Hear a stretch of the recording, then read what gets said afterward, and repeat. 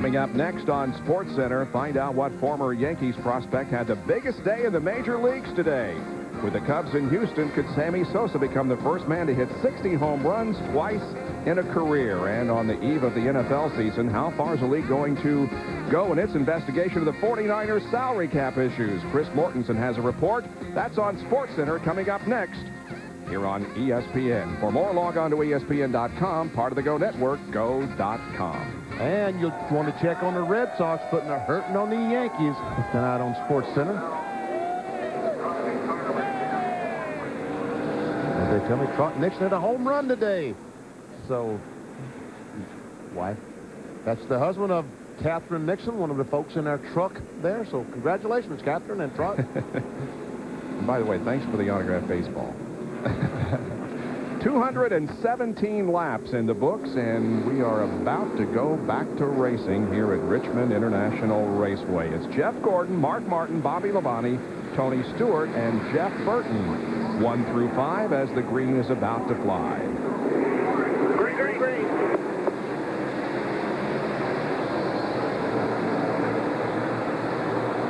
Ricky Rudd has abandoned his car. Remember, we told you earlier that he was suffering from food poisoning and did not qualify the car. Dick Trickle did. Rudd started the race. Trickle is in it now. And the 10 car is in 30th position, a lap down.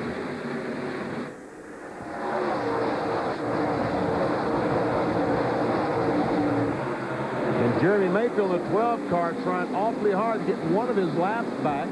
He is a couple of laps down. Right now, he's in front of the leader.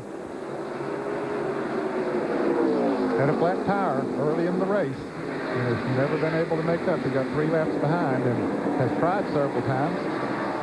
That time across the line, he was very close. I don't know which one led it. It doesn't matter unless he gets a caution while he's out in front of the 24. Rusty Wallace is in 6th and appears to be ready to challenge Jeff Burton. Maybe he's getting that Miller Lite Ford dialed in. Yeah, he had moved up through the pack. He had passed Mark Martin, and Rusty seems to be, his car seems to be better now than it was earlier in the race. You always expect a lot out of Rusty Wallace on any short track, and especially here at Richmond. Has a great record here. Here's a Lowe's field summary with the point standings. And we have 10 races to go in the 99 season, 9 after today. Mike Skinner taking the 10th position in points away from Ward Burton. Of course, the top 10 will be on the stage at the Waldorf Astoria in December for the NASCAR Winston Cup Banquet. Talk about close quarters. That is it. That's Jerry Nadeau, the M&M's car on the inside. He is a lap down to these cars. We're riding along with Jeff Burton in the Exide Ford as Rusty Wallace posed up right on the back bumper. Ernie Irvan was here at Richmond International Raceway this weekend. And to see him continuing to be involved in the sport despite the fact that he announced his retirement from competition last weekend. He was up with Boris Said for the NASCAR Craftsman Truck Series on Thursday night. As a matter of fact, he stayed all weekend. I saw him down at the church service earlier today.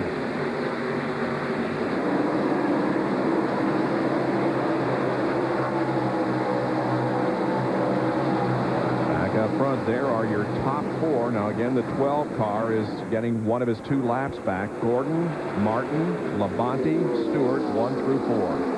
Last time by, Mark Martin was 2 miles per hour faster than Jeff Gordon.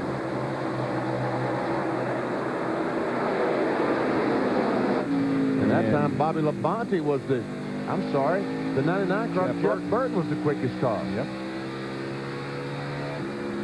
Well, we'll let you all see who's fastest this next time as we check the speeds as they hit the line.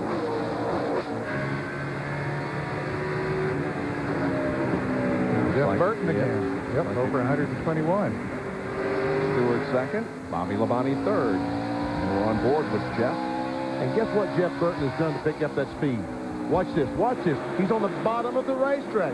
The guy who's been running higher than anyone else has now gone to the bottom of the racetrack. Dale Earnhardt is also on the bottom of the racetrack as he tries to take 9th away from Marlin. Bobby Labonte goes to 2nd, passing Martin, and so does Tony Stewart. Mark Martin's going to lose 3 positions here if Jeff Burton gets by. He moves down to the inside. Burton does, trying to take over the 4th position. He has it. Martin dropping back now to 5th. Watch Burton on the bottom of the racetrack. He is really running down there now. I'm sure they've made some adjustments on that Exide Ford to allow him to do that, but you pointed out several times in the first half of the race that he could only run on the high side, and he was struggling up there, but boy, he is hooked up now. The 32 and the 8 almost had a crash. Let's take a look at that. That's Dale Earnhardt Jr. in the 8, Jimmy Spencer, and Mike Wallace. Boom! Wow. Contact. And boy, that jams them up behind it. Could have had a big wreck right there, but cooler heads prevailed. Dale Earnhardt Jr.'s in 15th on the lead lap.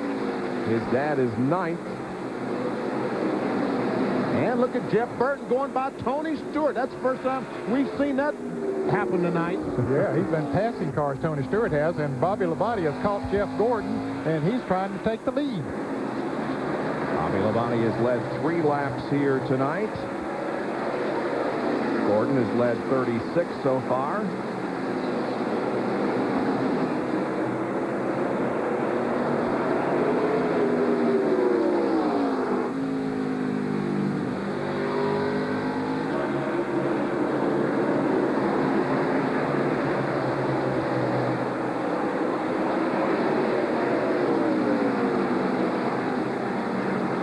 Still hasn't been able to do it.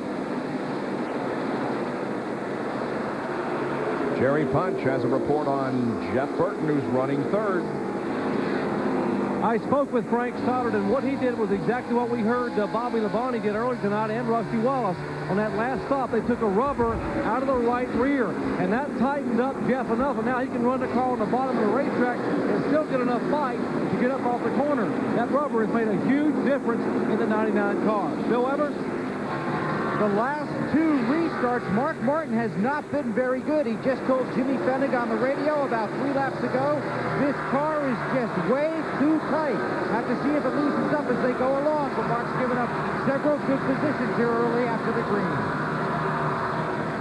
He is behind these 2 battling up front, back in 5th position. The battle is continuing between Bobby Labonte and Jeff Gordon, and the 104,000 people who are in the stands in the suites here tonight have not sat down since the restart as they watch this side-by-side competition. Very impressive that these 2 guys, and we see Jeff Gordon squirt out in front of Bobby Labonte. Very impressive these guys had running side by side was able to just keep up with Jeremy Mayfield. Yes, they were still turning good lap speeds, and you see Tony Stewart has gotten back around the 99 car of Jeff Burton and caught up to Gordon and Labonte. So a good 4-car battle up front here. Well, here's Labonte once again looking to the inside in turn 4, trying to grab the lead away from Gordon. Boy, did he drive that thing. Bobby Labonte drove her deep down into turn 3 and stuck with him. He was hoping that Jeremy Mayfield would move up in front of Jeff Gordon, just like he is right there, which would allow him to take the lead. You mean like that? Like that. That's what I'm talking about. Now look at Stewart. He may have the same idea since Gordon can't get away from Jeremy Mayfield.